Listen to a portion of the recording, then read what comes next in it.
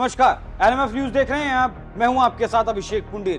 पिछले 4 से 5 दशक से आप लगातार खालिस्तान और खालिस्तानियों का नाम जरूर सुन रहे होंगे, लेकिन अभी हाल फिलहाल के 4 से 5 महीने जो बीते हैं उनमें खालिस्तानियों ने जिस तरीके से हिंदुस्तान में हुड़दंग मचाया है और हिंदुस्तान के बाहर जिस तरीके से अपनी दबंगई का प्रदर्शन किया है वो चरम पर है। वो चाहे लंदन हो, ऑस्ट्रेलिया हो, कनाडा हो या फिर अमेरिका हो, हर देश में खालिस्तानियों का जो दबंगई है, खालिस्तानियों की जो हुड़दंगी है वो चरम पर है। लेकिन सवाल ये उठता है कि भले ही वो देश कनाडा हो जहां हरदीप सिंह निज्जर रहा करता था और वो भारतीय तिरंगे को जलाता है, लेकिन वीडियो बनाता है, लेकिन वहां की सरकार कुछ नहीं करती। उसके बाद वो यूके हो जहां से भारतीय उच्चायोग से भारत के तिरंगे का अपमान किया जाता है, पैरों में रौंद दिया जाता है, लेकिन वहां की सरकारें खालिस्तानियों पर कोई भी एक्शन नहीं लेती हैं। या फिर वो कोई और देश अमेरिका हो या फिर ऑस्ट्रेलिया हो, इन देशों में खालिस्तानियों का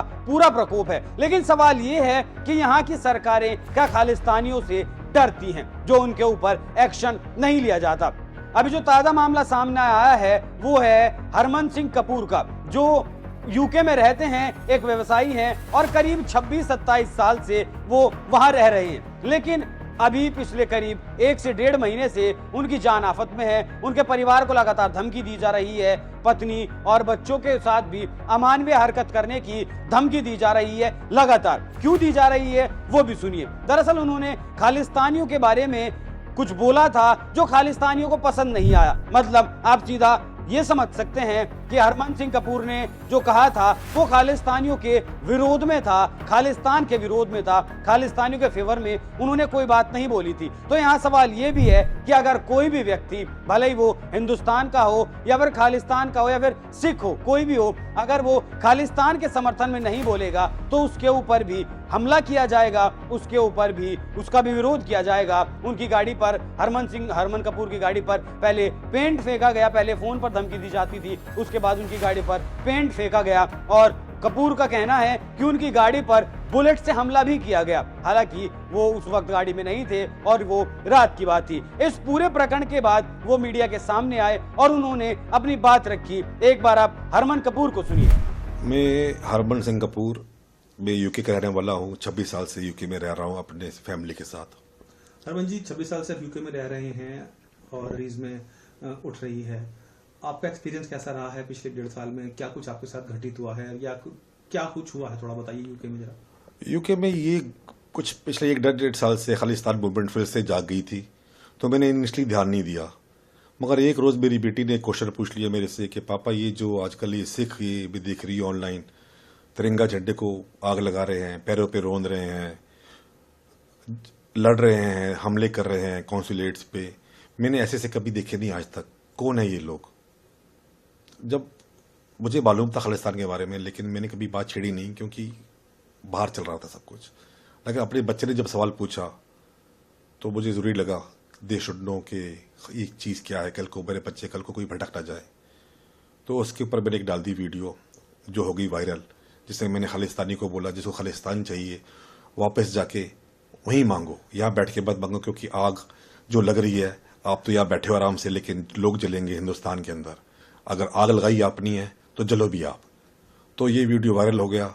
उसके बाद पिछले 9 महीने से मेरे पे धमकियाँ, अटैक्स और ना जाने क्या क्या नहीं किया इन लोगों ने मुझे चुप कराने के लिए।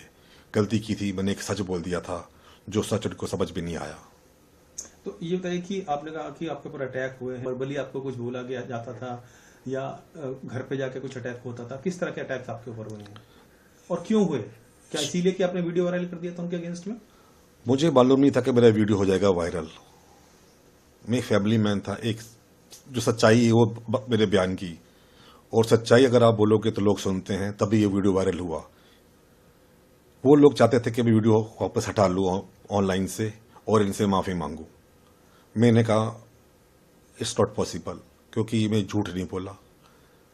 धमकियाँ दी, मुझे पहले लगा कि मैं इंग्लैंड में रह रहा हूँ, लंदन में बहुत सेफ हूँ, लेकिन मेरी बहुत बड़ी गलतफहमी थी। शुरू में ये धमकियाँ फ़ोटो पे थी, ऑनलाइन थ्रेट्स थे, मेंटली टॉर्चर किया उन्होंने, बहुत हद तक करके उन्होंने काम किया है। लेकिन एक दिन उन्होंने मेरे पे अटैक कर दिया। 25 फरवरी 2023 को पहला अटैक किया मेरे पे। उसके बाद से मैंने लड़ाई फिर आगे ले जाके मैं चाहता हूँ ये खत्म हो, क्योंकि जिन लोगों ने हमला किया वो सिख के रूप में आए थे, और एक सच्चा सिख जिसको मेरे गुरु गोबिंद सिंह ने बनाया है वो किसी मजलूम पे, किसी की बहू बेटी पे कभी अटैक नहीं करेगा। और वो लड़ाई मेरे बच्चों ने कहा, मेरी बीवी ने कहा, we have to fight, because ये लोग सिख कौम को बदनाम कर रहे हैं, साथ साथ हिंदुस्तान को बदनाम कर रहे हैं, हिंदू को बदनाम कर रहे हैं अपने फायदे के लिए। क्योंकि सिख कभी किसी पे हमला नहीं करता, किसी कमजोर पे हमला नहीं करता, किसी बहू बेटी की इज्जत नहीं उतारता। तो we have to fight for our faith and our country. ये बताइए कि जब आपके ऊपर हमला हुआ तो अधिकारियों से बातचीत की, क्या उन्होंने कुछ एक्शन वगैरह लिया? उन्होंने एक्शन कुछ नहीं लिया, सिर्फ रिपोर्ट लिखी। इवन मैंने सबको उनके एड्रेस दिए, नाम पते दिए। आज तक वो लोग खुला घूम रहे हैं और पुलिस उनको अरेस्ट नहीं कर रही। मतलब पुलिस का सपोर्ट नहीं मिला वहाँ पे? पुलिस का सपोर्ट मुझे नहीं है, उनको है, खालिस्तानियों को। अच्छा, ऐसा क्यों लगता है आपको? मैं एक आम नागरिक हूं, अगर मेरे पे किसी और ने अटैक किया होता तो वो शायद अरेस्ट हो गया होता, लेकिन Khalistanis I think are their political assets there. अगर आपके एक नागरिक पे कोई हमला कर रहा है, ये इस कंट्री का कानून है कि उसको जाके अरेस्ट करें, उससे जाके बात करें, उसको रोके। लेकिन मेरे केस में आज तक किसी पुलिस वाले ने एक भी इस खालिस्तानी या खोतिस्तानी बोलो के पास जाके बात नहीं की, ना किसी को अरेस्ट किया है, ना चेतावनी दी है। तो इस ताजा मामले के बाद भी और इससे पहले भी जितने घटनाक्रम चल रहे हैं, उनसे सवाल यही खड़ा होता है कि क्या यूके की गवर्नमेंट इन खालिस्तानियों पर इतनी निर्भर हो चुकी है जो इनके ऊपर कार्रवाई नहीं कर सकती है। हालांकि हरमन का यह भी कहना है कि वो पुलिस को, जिन्होंने उनके ऊपर हमला किया है, उनकी गाड़ी पर हमला किया है, उनके नाम और पते तक दे चुके हैं, लेकिन बावजूद इसके भी उनके ऊपर कोई कार्रवाई नहीं की गई। पुलिस की सुरक्षा हरमन के साथ नहीं है, लेकिन खालिस्तानियों के साथ जरूर इनकी खालिस्तानियों को इन्होंने जरूर सुरक्षा दी गई है। तो ऐसा क्यों? आखिर यूके की सरकार, कनाडा की सरकार इन लोगों को सुरक्षा आखिर दे क्यों रही है, जबकि ये लोगों के ऊपर हमले कर रहे हैं और भारत की अस्मिता को तार-तार करने की भी लगातार कोशिश कर रहे हैं? क्या सरकारें वहां की इतनी निर्भर हो चुकी हैं, या फिर वहां की सरकारें इतनी कमजोर हो चुकी हैं जो वो खालिस्तानियों पर एक्शन नहीं ले सकती, या वो खालिस्तानियों से मुकाबला नहीं कर सकती? आखिर इसके बीच की कड़ी क्या है? क्यों घुटने टेके हुए हैं खालिस्तानियों के सामने इन देशों की सरकार? ये एक बहुत बड़ा सवाल है और इन देशों की सरकारों को इस सवाल का जवाब जरूर देना चाहिए। आप इस खबर पर क्या राय रखते हैं? अपनी राय हमें कमेंट कर जरूर बताइएगा। नमस्कार।